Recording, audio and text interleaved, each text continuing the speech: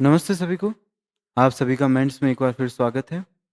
आज की तारीख है 13 जून 2026 और हमारा मोटो है प्रयोजनम साध्यते विद्या, जिसका अर्थ है विद्या वही है जो आपके गोल्स को अचीव करने में आपकी सहायता करे। तो हम अपने गोल की तरफ बढ़ते हुए आज की वीडियो का शुभारंभ करते हैं। और हमारे आज की वीडियो के अंदर 13 जून से रिलेटेड 10 अलग अलग करंट अफेयर्स के टॉपिक्स हैं, जो कि क्वेश्चन फॉर्मेट्स में हैं। और वो सारे के सारे क्वेश्चंस अलग अलग थीम्स के अंदर डिस्ट्रीब्यूटेड हैं, जिसके अंदर हमारी पहली थीम है polity and governance. The recent MOU sign between the Quality Council of India and the Footwear Design and Development Institute aims to achieve which of the following objectives. ये question हमसे पूछना चाह रहा है कि जो रिसेंटली QCI मतलब Quality Council of India और FDDI मतलब Footwear Design and Development Institute के बीच में जो MOU हुआ है, मतलब मेमोरेंडम ऑफ अंडरस्टैंडिंग हुआ है, वो उसके ऑब्जेक्टिव्स क्या क्या हैं, मतलब वो करना क्या चाहते हैं उस अंडरस्टैंडिंग के साथ। तो हम ऑप्शंस देखते हैं। Strengthen quality testing, accreditation and skilling in the leather and footwear sector.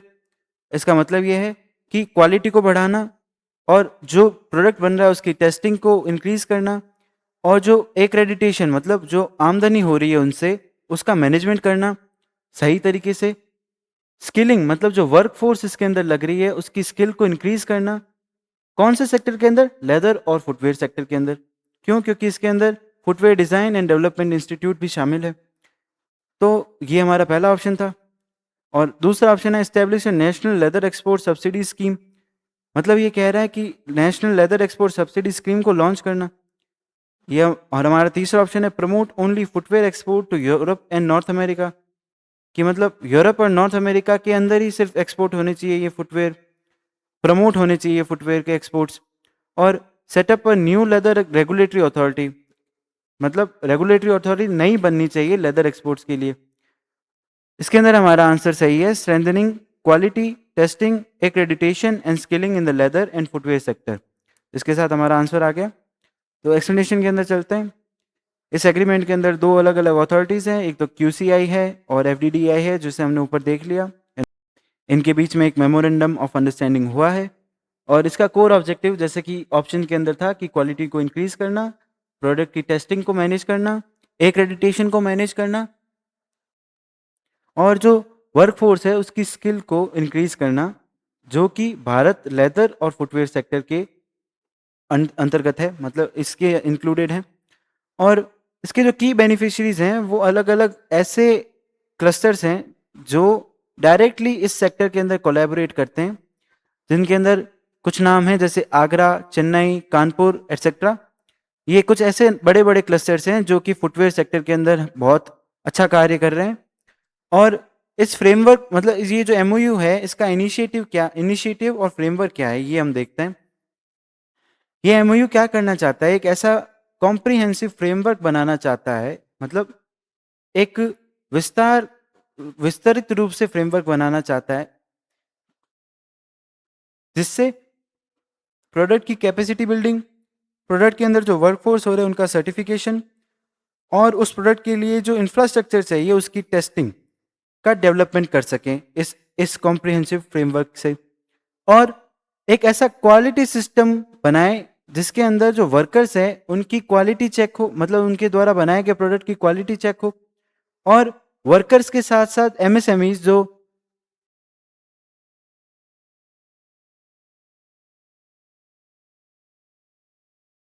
इस सेक्टर के अंदर वर्क कर रही हैं उनकी, और उनसे रिलेटेड सुपरवाइजर्स, और जो इंडस्ट्री प्रोफेशनल्स हैं इस सेक्टर के अंदर उनका, और जो स्टेक होल्डर्स हैं, स्टेक होल्डर्स मतलब जिन्होंने इसके अंदर शेयर्स या स्टेक्स होल्ड कर रखे हैं, जो इस सेक्टर के अंदर शेयर्स के मालिक हैं या स्टेक्स के मालिक हैं, उनके वैल्यू चेन को इंक्रीज करें।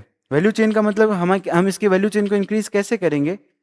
इसकी वैल्यू चेन ऐसे इंक्रीज होगी कि प्रोडक्ट का जो मैनेजमेंट हो रहा है वो इंक्रीज हो, प्रोडक्ट से जो आमदनी हो रही है उसकी मैनेजमेंट सही हो, उसकी जो डॉक्यूमेंटेशन है वो सही हो। प्रोडक्ट की आमदनी के साथ प्रोडक्ट का जो प्रोडक्ट के बनाने के अंदर जो वर्कफोर्स लग रहा है, वर्कफोर्स वो स्किल्ड हो, हाईली स्किल्ड, तो उसके लिए इन्होंने एक रिकग्निशन ऑफ प्रायर लर्निंग ऐसा एक सर्टिफिकेशन लॉन्च किया है इसी एमओयू के साथ। लॉन्च मतलब इन्होंने इंक्लूड किया है कि जिसके अंदर जो सेमी स्किल्ड मतलब जो एक्सपीरियंस वर्कर्स है जिनके पास स्किल्स हैं पर फॉर्मल एजुकेशंस की कमी है, उनको एजुकेशन प्रोवाइड करके और क्वालिफाई करेंगे और उनको हाईली स्किल्ड बनाएंगे इस सेक्टर के लिए। तो ये कुछ ऐसी इंफॉर्मेशन थी जो इस पूरे करंट अफेयर्स के टॉपिक में थी, जिसके अंदर एमओयू जनरेट हुआ है। एमओयू के साथ हमें इनका मोटिव था, वो मोटिव हमने पढ़ लिया, उनका कोर ऑब्जेक्टिव जो था वो हमने पढ़ लिया, इसके जो इनिशिएटिव और फ्रेमवर्क है वो हमने पढ़ लिए, और इसी के साथ जो इनका सर्टिफिकेशन मेथड था वो भी हमने पढ़ लिया। तो हम अपने अगले क्वेश्चन की तरफ चलते हैं इसी के साथ। तो अगला क्वेश्चन हमें ये पूछ रहा है कि doctor APJ Abdul Kalam missile complex जो कि डीआरडीएल के अंदर है, वो डिफेंस मिनिस्टर द्वारा वहाँ एक advance weapon system complex locate किया गया, वो इनॉग्रेट किया गया वहाँ पे डिफेंस मिनिस्टर द्वारा, जो कि हमारे राजनाथ सिंह जी हैं डिफेंस मिनिस्टर, उनके द्वारा अब्दुल कलाम मिसाइल कॉम्प्लेक्स के अंदर एक एडवांस वेपन सिस्टम कॉम्प्लेक्स को इनॉग्रेट किया गया है, उद्घाटन किया गया है उसका। अब पूछ ये रहे हैं कि ये वेपन कॉम्प्लेक्स जो है Abdul Kalam missile complex DRDL के अंदर वो है कहाँ। तो इसके ऑप्शंस देखते हैं, बेंगलुरु, हैदराबाद, न्यू दिल्ली और चेन्नई। तो हमें जैसे पता है डीआरडीएल जो डीआरडीओ का लेबोरेटरी है, डेवलपमेंट लेबोरेटरी, वो हैदराबाद के अंदर है। तो इसका एक्सप्लेनेशन के साथ इसका आंसर ये सही हो गया। इसके एक्सप्लेनेशन की तरफ चलते हैं। एक्सप्लेनेशन के अंदर जैसे हमने ऊपर देखा कि डिफेंस मिनिस्टर ने हैदराबाद के अंदर विजिट किया। इस विजिट के दौरान उन्होंने डीआरडीओ की जो डेवलपमेंट लेबोरेटरी है डीआरडीएल जो कि हैदराबाद के अंदर है, उसके अंदर अब्दुल कलाम मिसाइल कॉम्प्लेक्स के अंदर एक एडवांस्ड वेपन सिस्टम कॉम्प्लेक्स को इनॉग्रेट किया है। इसी के साथ उन्होंने कुछ और भी चीज़ें बताई, जिसमें मिशन सुदर्शन चक्र की बात थी और वॉरफेयर के साथ हमारी आर्म फोर्सेस को कैसे इवॉल्व होना है, उन किन किन चीज़ों पे अपडेशन चाहिए, उन चीज़ों के बारे में बताया। तो उसकी हम थोड़ी चर्चा करते हैं कि मिशन सुदर्शन चक्र क्या है। जैसे ईरान के पास, यूएसए के पास गोल्डन डोम है, ईरान के पास आयरन डोम है, ये डिफेंस सिस्टम्स हैं, मतलब डिफेंस सिस्टम है इनके पास। इंडिया के पास ऐसा कोई डिफेंस सिस्टम नहीं है। तो ये एक मल्टी लेयर्ड, अगर प्रिसाइजली बात करें तो 3 layered multi level missile defence system है, जिसके अंदर missiles, drones, unmanned air vehicles को इंक्लूड किया गया है, जो कि एक प्रोटेक्टिव शील्ड का काम करेगा हमारी आर्म फोर्सेस के लिए और सिविलियंस के लिए। अब इसका जो लॉन्च था, जो इसे अनाउंसमेंट था इसका, वो कब किया गया था? प्राइम मिनिस्टर नरेंद्र मोदी जी द्वारा किया गया था 2025 के इनकी इंडिपेंडेंस डे की स्पीच में, गणतंत्र दिवस की स्पीच के अंदर जब प्राइम मिनिस्टर नरेंद्र मोदी ने इसका अनाउंसमेंट किया था। अब और भी कुछ, जैसे हमारे डिफेंस मिनिस्टर ने और भी कुछ बातें की, उन बातों में यह है कि हमारे जो आर्म फोर्सेस हैं उनके वारफेयर टेक्निक्स और डिफेंस मैकेनिज्म को इंक्रीज करते हुए हमें इवॉल्व होना होगा, जिसके अंदर सबसे पहला है प्रिसाइजन स्ट्राइक कैपेबिलिटीज। मतलब हमारी जो स्ट्राइकिंग है आर्म फोर्सेस के आर्म्स की, वो प्रिसीजन के साथ होनी चाहिए, मतलब एक्यूरेट स्ट्राइकिंग कैपेबिलिटीज होनी चाहिए हमारे आर्म्स में, आर्म सेक्टर्स में। और हमारे आर्म सेक्टर्स के अंदर इंटीग्रेटेड एयर डिफेंस सिस्टम्स होने चाहिए।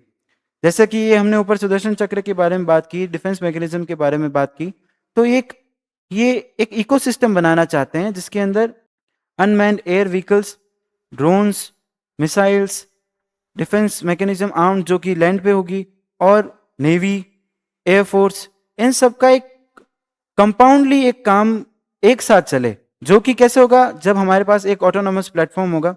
ऑटोनोमस प्लेटफॉर्म का मतलब क्या हो गया कि एक ऐसा प्लेटफॉर्म जो कि इंडिपेंडेंटली क्विक डिसीजंस ले सके और सिचुएशन के हिसाब से डिसीजंस को चेंज भी कर सके। और इसी के अंदर हम एआई का अगर यूज करें तो हमारे पास जो डेटा आएगा वो एक परफेक्ट और मोर वैल्यूएबल डेटा आएगा। तो एआई का भी इसके अंदर हमें इंक्लूजन करना चाहिए। और इन्हीं आर्म्स फोर्स के अंदर हमारे पास हाइपरसोनिक वेपन्स का भी इंक्लूजन होना चाहिए। हाइपरसोनिक वेपन्स के साथ हमारे पास इलेक्ट्रॉनिक वारफेयर और एडवांस सेंसर्स, जैसे कि हमने पिछली क्लासेस में देखा था कि सुकोई वर्जन्स एयरक्राफ्ट जो हैं हमारे रशिया के द्वारा हमारे पास मैन्युफैक्चरिंग का ऑफर है, उन सुकोई एयरक्राफ्ट्स के अंदर हाईली सेंसिटिव सेंसर्स लगे हैं जो कि उसकी स्पेस, मतलब एयर स्पेस के अंदर उसकी पोजीशन को प्रिसीजन के साथ बताता है। वैसे सेंसर हमें भी चाहिए। तो ये और कुछ नहीं, मिनिस्टर ने ये बोला है कि डीआरडीओ जो है इन सभी वॉरफेयर नेचर के इवॉल्विंग वॉरफेयर नेचर की टर्म्स को ध्यान रखते हुए क्विक और मास प्रोडक्शन के ऊपर ध्यान दे। मास प्रोडक्शन जो कि हमारी टेक्नोलॉजीज को स्विफ्टली इंक्रीज करे, जिससे हमारे डिफेंस मैकेनिज्म के अंदर वृद्धि होगी। तो हम इसी के साथ इस क्वेश्चन के ऊपर चर्चा खत्म करते हैं और अगले क्वेश्चन की तरफ चलते हैं। अगले क्वेश्चन के साथ हमारी नई थीम स्टार्ट हो रही है, जो कि है nation and states. Nation and states के अंदर हमारा पहला क्वेश्चन है, the aircraft accident investigation bureau AAIB एक इन्वेस्टिगेशन पे काम कर रही है जो कि एयर इंडिया फ्लाइट AI-171 के एक्सीडेंट के ऊपर है। जैसा कि आपको पता होगा, इसका एक्सीडेंट पिछले साल ही हुआ था। पिछले साल एयर इंडिया की स्ट्राइक के अंदर A1-171 का बोइंग 787 एयरक्राफ्ट जो था वो क्रैश हुआ था। अब इसके अंदर इन्वेस्टिगेशन चल रही है ICAO International Civil Aviation Organization की NX 13 रूल बुक के अनुसार।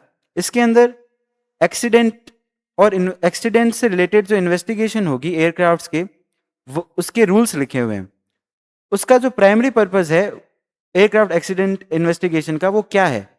ये क्वेश्चन सीधी भाषा में अगर मैं बोलूँ तो ये क्वेश्चन हमें ये पूछना चाह रहा है कि एयरक्राफ्ट एक्सीडेंट इन्वेस्टिगेशन का प्राइमरी पर्पस क्या होना चाहिए। तो अपने ऑप्शंस को देखते हैं। ऑप्शंस के अंदर हमें पता चलता है कि to determine criminal liability and punish those responsible, मतलब जो रिस्पॉन्सिबल है उनकी क्रिमिनल लाइबिलिटी को वो पता करे और उनको पनिश करें। अगला ऑप्शन है to calculate compensation for victims and their families, मतलब जिन फैमिलीज जो विक्टिमाइज हुई है उनके लिए कंपनसेशन को कैलकुलेट करें और उन्हें प्रदान करें। अगला ऑप्शन है to enhance aviation safety by identifying lessons and issuing safety recommendations. ये ऑप्शन ये बता रहा है कि आइडेंटिफाई करें कि गलती कहाँ थी और उन गलतियों से सीख के सेफ्टी के रिकमेंड करें हमारी ऑथराइजेशंस को। और अगला ऑप्शन ये बता रहा है कि to stabilise financial responsibility among airlines and manufacturers, कि जितनी भी जो फाइनेंशियल रिस्पॉन्सिबिलिटी होनी चाहिए वो एयरलाइंस और मैन्युफैक्चरर्स के ऊपर होनी चाहिए ऐसे कोई भी एक्सीडेंट के रिलेटेड। तो इनमें सबसे सही ऑप्शन है सी ऑप्शन, कि हमें उनकी गलतियों से सीखना चाहिए और रिकमेंडेशन देनी चाहिए हायर अथॉरिटीज़ को, जिससे हमारी सेफ्टी इशूइंग जो पर्पजेस हैं वो और एनहांस हो। ज़्यादातर हमने इसका एक्सप्लेनेशन देख लिया, पर ये तस्वीर आप देख सकते हैं कि ये पिछले साल की तस्वीर है इसी क्रैश की, एयर इंडिया के 12 जून 2026 को इस क्रैश को 1 साल पूरा कंप्लीट हो चुका है। और ये इसके अंदर 787-8 एयरक्राफ्ट बोइंग कंपनी का यूज़ हुआ था और एयर इंडिया कंपनी का ये एयरक्राफ्ट था जो कि क्रैश हो गया था। इसने सरदार वल्लभ भाई पटेल इंटरनेशनल एयरपोर्ट से टेक ऑफ किया था जो कि अहमदाबाद के अंदर है। और इस इस पूरे की पूरी घटनाक्रम की जो इन्वेस्टिगेशन करने वाली अथॉरिटी है वो एयरक्राफ्ट एक्सीडेंट इन्वेस्टिगेशन ब्यूरो है, AAIB। AAIB ने 12 जून 2026 को 1 साल पूरा होने पर जिन फैमिलीज़ के लव्ड वंस, मतलब फैमिलीज से रिलेटेड जो उनके परिवार वाले थे इस एक्सीडेंट के अंदर जिनकी मृत्यु हो गई, उनको कॉन्डोलेंसेस दिए, डीपेस्ट कॉन्डोलेंसेस। और इसकी इन्वेस्टिगेशन वो 1 साल से लगातार करते जा रहे हैं। Investigation of accidents and incidents rule books जो कि हमारी ICAO NX 13 के अनुसार है। और उन्होंने यह कहा है कि एविडेंस बेस्ड इन्वेस्टिगेशन कंप्लीट होने वाली है और इसकी जो फाइनल रिपोर्ट है वो इंटरनेशनल रिव्यू और कंसल्टेशन प्रोसेस के बाद ही रिलीज की जाएगी। और जैसे कि इस क्वेश्चन का मेन थीम थी कि इसका सोल पर्पस ये था कि एविएशन सेफ्टी को आइडेंटिफाई किया जाए, उनसे सीखा जाए और हमारी हायर अथॉरिटीज़ को इसके बारे में नॉलेज हो, और किसी को लायबल या किसी को ब्लेम करना इसका पर्पस नहीं है। तो इसी के साथ हम अपने अगले क्वेश्चन की तरफ बढ़ते हैं। अगला क्वेश्चन है इकोनॉमिक सिनेरियो के साथ। इकोनॉमिक सिनेरियो के अंदर हमारा पहला क्वेश्चन है डिजिट दुकान, जो कि DPIIT और ONDC द्वारा लॉन्च किया गया एक प्रोग्राम है। वह इंडिया के रिटेल इकोसिस्टम के अंदर कौन से सेगमेंट से रिलेट करता है? तो हम अपने क्वेश्चन के ऑप्शंस की तरफ चलते हैं। तो अपने पहला ऑप्शन है e commerce market places for consumers, दूसरा ऑप्शन है kirana stores for B2B procurement and supply chain management. हमारा तीसरा ऑप्शन है एक्सपोर्ट ओरिएंटेड मैन्युफैक्चरिंग यूनिट्स। और चौथा ऑप्शन है गवर्नमेंट प्रोक्योरमेंट थ्रू GEM। इसका इजी आंसर है kirana stores for B2B procurement and supply chain management. B2B procurement का मतलब क्या होता है कि business to business directly procurement हो तो वो B2B प्रोक्योरमेंट के अंदर आता है। इसका एक एग्जांपल हम एक देख सकते हैं कि भाई मान लीजिए एक मल्टीनेशनल कंपनी है, उसने एक रिटेल मार्केट के अंदर अपने प्रोडक्ट को लॉन्च करना चाहा, तो मल्टीनेशनल कंपनी क्या करेगी, अपने प्रोडक्ट को रिटेल मार्केटर को बेचेगी। मल्टीनेशनल कंपनी भी एक बिजनेस है और रिटेल मार्केटिंग भी एक बिजनेस है। तो बिजनेस से बिजनेस के अंदर जो डीलिंग हो रही है, जो प्रोक्योरमेंट हो रहा है, वो B2B प्रोक्योरमेंट है। जो ONDC के द्वारा डिजी दुकान जो लॉन्च किया गया है वो B2B प्रोक्योरमेंट को ईजी करने के लिए लॉन्च हुआ है। तो हम इसका एक्सप्लेनेशन देखते हैं नीचे।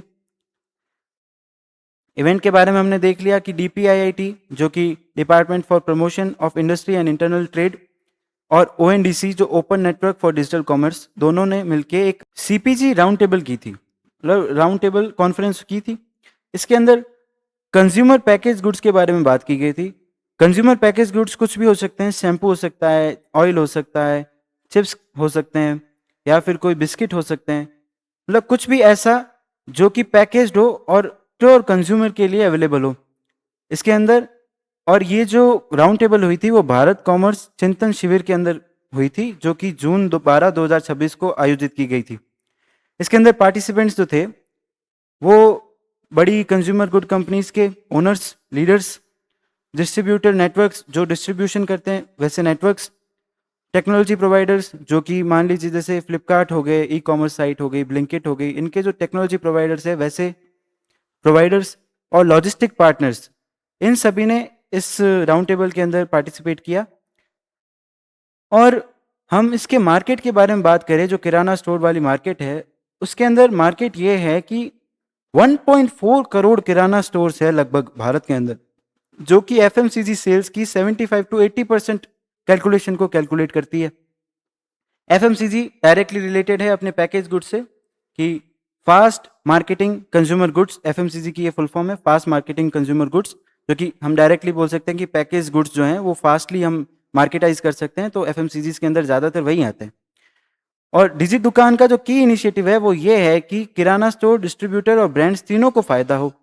किराना स्टोर को कैसे फायदा होगा कि भाई उन्हें डायरेक्ट पता चल जाएगा कि मार्जिन्स जो कंपनीज द्वारा या रिटेलर्स, डिस्ट्रीब्यूटर्स द्वारा वो जो मार्जिन्स हैं वो उसके अंदर बेटर विजिबिलिटी होगी, और उनके द्वारा जो स्कीम्स प्रोवाइड करी गई है, फिल रेट्स प्रोवाइड करी गई है, उनके अंदर उन्हें एक मतलब ट्रांसपेरेंसी होगी, और जिसकी वजह से वर्किंग कैपिटल के मैनेजमेंट के अंदर उनकी वृद्धि होगी।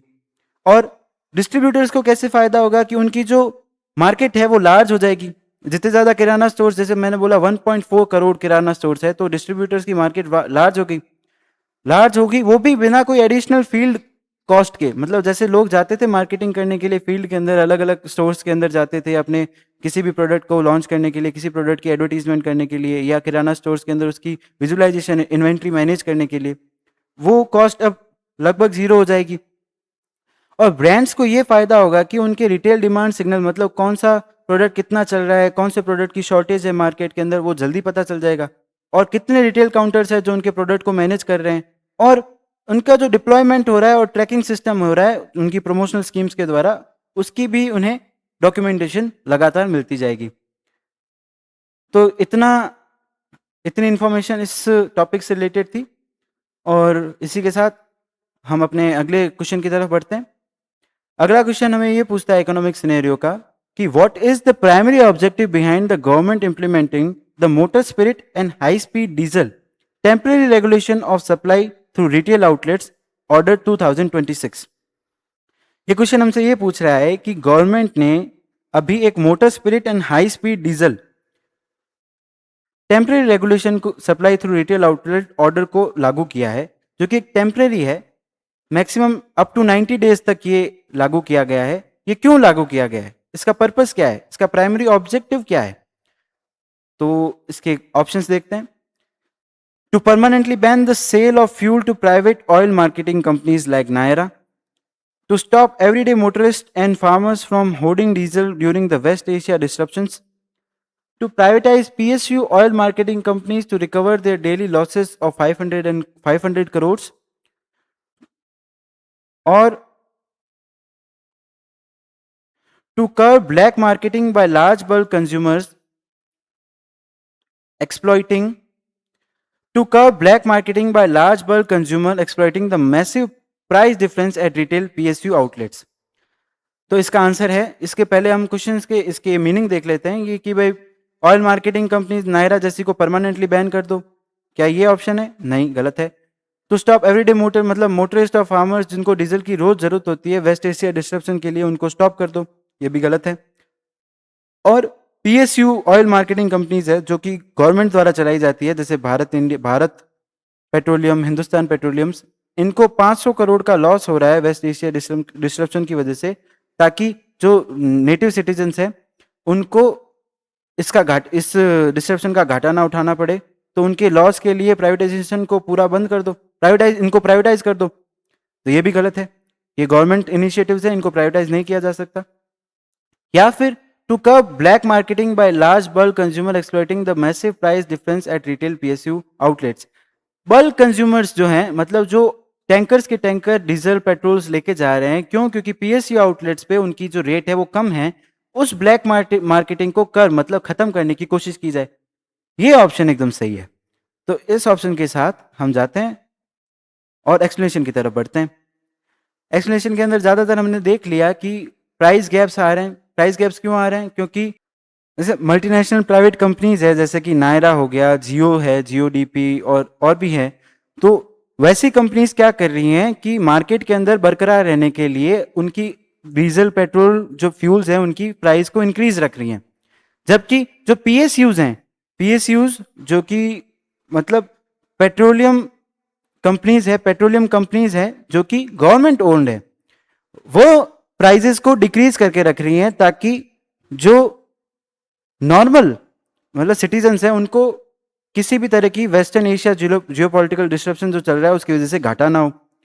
तो उनके और ये जो प्राइवेट कंपनीज है उनके फ्यूल कॉस्ट के बीच में जो डिफरेंस है वो 40 रुपीज पर लीटर का डिफरेंस आ रहा है, जिसकी वजह से जो बड़ी बड़ी इंडस्ट्रीज हैं जिनको फ्यूल्स की जरूरत होती है, वो टैंकर्स के टैंकर्स और गैलन्स के गैलन्स इन रिटेल मार्केट, जो रिटेल पीएसयूज जो पंप्स हैं वहां से इस फ्यूल को लेके जा रहे हैं, जो कि एक ब्लैक मार्केटिंग हो रही है।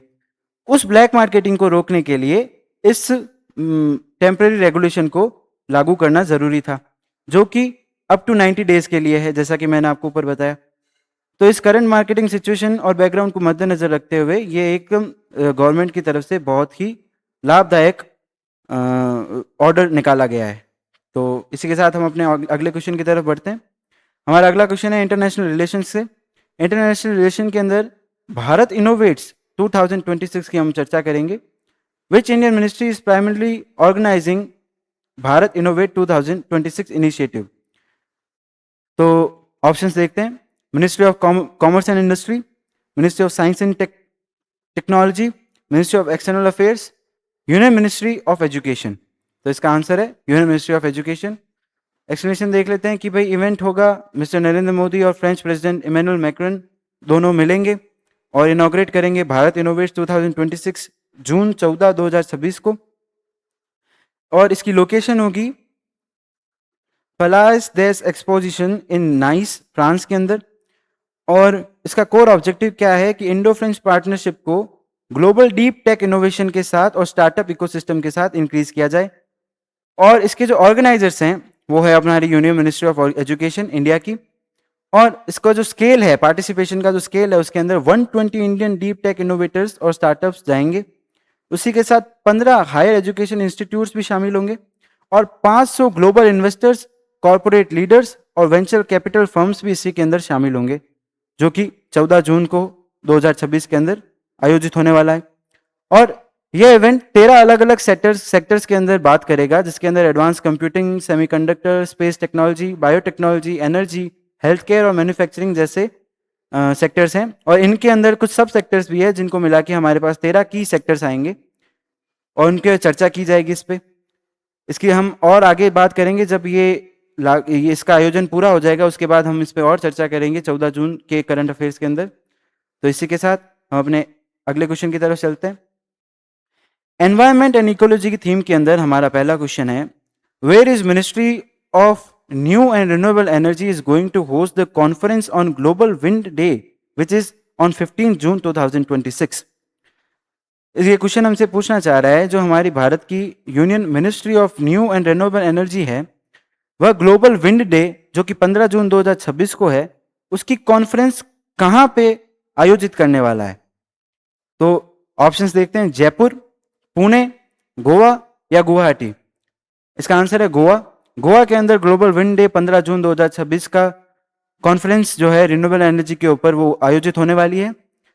यह event ministry of new and renewable energy ने आयोजित करवाया है, करेगी। यह event ministry of new and renewable energy द्वारा आयोजित होगा और ग्लोबल विंड डे जो कि 15 जून को होता है गोवा के अंदर होगा, इस पे कॉन्फ्रेंस होगी। इस इवेंट की थीम है wind energy from ambition to acceleration, और यही थीम से इसकी कॉन्फ्रेंस भी चलेगी। की लीडरशिप जो होगी इसके अंदर वो यूनियन मिनिस्टर होंगे न्यू एंड रिन्यूएबल एनर्जी के, जो कि हमारे श्री प्रहलाद जोशी हैं। और इसी के साथ स्टेट के भी काउंटर पार्ट, मतलब न्यू एंड रिन्यूएबल एनर्जी के स्टेट के मिनिस्टर भी होंगे, और इंडिया के विंड एनर्जी एम्बिशन के लेके इन पे बहुत सारी बातें होंगी, बहुत सारे अपडेट्स आएंगे। और इसके अंदर मेजर पार्टिसिपेटिंग अथॉरिटीज जो हैं वो है CEA, SCCI, RIDEDA, NIWE जैसी अलग अलग एजेंसी और अथॉरिटीज इसके अंदर पार्टिसिपेट करेंगी। और इंडिया का विंड एनर्जी स्टेटस और टारगेट के ऊपर इसके ऊपर बातें होंगी। जो इस पे करंट ग्लोबल स्टैंडिंग की अगर हम बात करें तो इंडिया 4th लार्जेस्ट है विंड एनर्जी के अंदर, और विंड एनर्जी गोल्स के अंदर इंडिया ने टारगेट किया है 100 गीगावोल्ट विंड कैपेसिटी 2030 तक और 155 गीगावाट 2035 तक, जो कि एक अल्टीमेट क्लाइमेट गोल के अंतर्गत देखा जा सकता है, जिसके अंदर ब्रॉडर विजन जो है हमारा वो ये है कि अचीव करना है 500 गीगावाट और non fossil fuel capacity 500 gigawatt की 2030 तक, और नेट जीरो एमिशन मतलब नेट जीरो कार्बन एमिशन 2070 तक। तो ये इसके लिए बहुत बड़ा कदम होगा, इसके अंतर्गत 2035 तक अगर हम इसके साथ कोप अप कर ले तो। इसी के साथ हम अपने अगले क्वेश्चन की तरफ बढ़ते हैं। हमारा अगला क्वेश्चन है साइंस एंड टेक्नोलॉजी से। साइंस एंड टेक्नोलॉजी में हमारा क्वेश्चन है, which indigenous startup developed warrior the cultural aware AI video generation model which support from the Indian AI mission. तो ये क्वेश्चन हमसे पूछ रहा है, वर्य नाम की एक AI वीडियो जनरेशन मॉडल है, वो किसने बनाई है जो कि इंडिया AI मिशन के अंतर्गत है। तो इसका ऑप्शंस देखते हैं इस क्वेश्चन के, कृत्रिम AI, सर्वम AI, अवतार.ai या कार्य इनकॉर्पोरेशन। तो इसका आंसर है अवतार.ai। अवतार.ai द्वारा ये वर्यम AI लॉन्च की गई थी। हम इसका एक्सप्लेनेशन देखें तो इसका जैसे ये जो मॉडल है ये अवतार.ai ने बनाया है, जैसा हमने ऊपर देखा, और ये एक इंडिजिनस AI स्टार्टअप है जिसे इंडिया AI मिशन के अंतर्गत ग्रो हुआ है ये स्टार्टअप। और इसकी जो नोडल मिनिस्ट्री है वो मीति है, मिनिस्ट्री ऑफ इंफॉर्मेशन टेक्नोलॉजी। और ब्रेक थ्रू जो इसकी एफिशिएंसी द्वारा हम जिसकी जो USP है वो इसकी एफिशिएंसी है कि जहाँ पे नॉर्मल वीडियो जनरेशन प्रोसेस के अंदर हमें 50 कंप्यूटेशनल स्टेप मतलब 50 स्टेप्स का पालन करना पड़ता है, उसकी जगह हमें 4 स्टेप्स के अंदर ये एक इंफॉर्मेटेड AI जनरेटेड वीडियो बना देगा, जो कि कॉस्ट एफिशिएंट भी है और डेटा एफिशिएंट भी है और वर्क फोर्स एफिशिएंट भी है। बस ये एक अफोर्डेबल प्राइस के साथ हमें मिलता है। और कल्चरल कॉन्टेक्स्ट अगर इसकी बात करें तो ये क्या करता है, अवतार.ai द्वारा वर्य के अंदर एक्यूरेट अंडरस्टैंडिंग डाली गई है, कल्चर रिच विजुअल आउटपुट जो कि कल्चरली थीम्ड होंगे और इंडियन रीजन के होंगे। Festivals, communities, food, clothing, public spaces और एवरीडे लाइफ को इंक्लूड किया जाएगा इन विजुअल्स के अंदर। और इसकी जो एप्लीकेशंस हम देखें अगर, तो एक टीचर से लेके एक MSME या कोई भी कंपनी ओनर तक अपने एडवर्टीजमेंट और टीचर जो क्लास बना रहा है उन सभी के अंदर इस AI का उपयोग आ सकता है। तो इसी के साथ इस यहाँ पर इसकी चर्चा समाप्त करते हैं और अगले क्वेश्चन की तरफ बढ़ते हैं। अगले क्वेश्चन हमारे मिसलेनियस कैटेगरी के साथ है। मिसलेनियस कैटेगरी के अंदर हमारे आज ऑबिचुरी मतलब देहांत रिलेटेड 2 न्यूज़ हैं, जिसके अंदर Jaspal Rana who has passed away at 49 was related to which sport? यह भारत के एक बहुत शार्प शूटर थे, तो इनका आंसर तो मुझे लगता है कोई भी ये आंसर गलत नहीं दे सकता। इसका आंसर शूटिंग है और शार्प शूटर थे। और मनु भाकर जिन्हें पेरिस ओलंपिक के अंदर 2 अलग अलग ब्रॉन्ज मेडल्स मिले, उनके कोच ये थे। तो he was junior national team coach and high performance trainer. ये जूनियर नेशनल टीम के कोच थे और बहुत ही हाई परफॉर्मेंस ट्रेनर थे। और इन्हें 2020 के अंदर द्रोणाचार्य अवार्ड भी मिला था भारत सरकार द्वारा। जैसा कि मैंने कहा, मनु भाकर के कोच थे, उन्हें bronze medal, twin bronze medal Paris Olympics के अंदर इनके निर्देशन में मिला। और इन्होंने खुद ने अपना पहला नेशनल गोल्ड जो जीता था, 12 साल की उम्र में ही जीत लिया था अपना पहला नेशनल गोल्ड। और जो इन्होंने कॉमनवेल्थ और एशियन गेम्स के अंदर 25 मीटर पिस्टल शूटिंग के अंदर गोल्ड मेडल जीता था, जो कि 1994 के अंदर कॉमनवेल्थ था। यहाँ पे मिसटाइप हुआ है, ये 1994 है यहाँ। और एशियाड गोल्ड के अंदर 16 वर्ष के अंदर पहला गोल्ड वापस भारत को दिलाने का कार्य इन्होंने किया था। 16 वर्ष पहले रणधीर सिंह ने यह कार्य कंप्लीट किया था 1978 के अंदर, और 1994 के अंदर इन्होंने यह कार्य कंप्लीट किया था। तो इसी के साथ हम अपने अगले क्वेश्चन की तरफ चलते हैं। हमारा अगला क्वेश्चन भी ऑबिचुरी रिलेटेड ही है। गौरी देवी, a Mand folk singer, died at 98 on 11 June 2026. From which state she is related to? Gauri देवी एक मांड गायिका थी। मांड गायिका थी, इसका मतलब मांड जो गायन कला है वो राजस्थान से रिलेटेड है। तो ये भी बहुत इजी क्वेश्चन है और दुखद घटना के साथ है, तो राजस्थान इसका सही आंसर होगा। तो इसके एक्सप्लेनेशन की तरफ चलते हैं। मान गायन के अंदर गौरी देवी को बहुत ही महारत हासिल थी। और मान गायन के बारे में अगर हम बात करें तो राजस्थान का एक ट्रेडिशनल म्यूजिक आर्ट है, जिसके अंदर मेलोडिक सिंगिंग के साथ साथ स्टोरी टेलिंग मतलब कथा वाचन और रीजनल फोक थीम्स मतलब जो लोकल थीम्स हैं, रीजनल फोक थीम्स हैं, फोकलोर्स हैं, उनका वर्णन किया जाता था इसी मांड गायन के साथ। गौरी देवी इस कला के अंदर पारंगत थी और इनका जन्म कोरन विलेज, बाड़मेर डिस्ट्रिक्ट, जो कि वेस्टर्न राजस्थान के अंदर है, बाड़मेर डिस्ट्रिक्ट, वहाँ हुआ। इनके माता पिता भी मांड कला के अंदर पारंगत थे। और इनका जो करंट रेजिडेंस जहाँ पे इन्होंने अपना देह त्यागा, वह पाली राजस्थान के अंदर है। और इनका जो इनकी जो फेमस और वेल नोन क्रिएशंस हैं वो केसरिया बालम और मोर बोलरे, ये कुछ इनके फेमस क्रिएशंस हैं। और बहुत से इनके क्रिएशंस हैं जो कि मैंने यहाँ मेंशन नहीं किए, पर इन्होंने लता मंगेशकर के साथ भी स्टेज को शेयर किया है।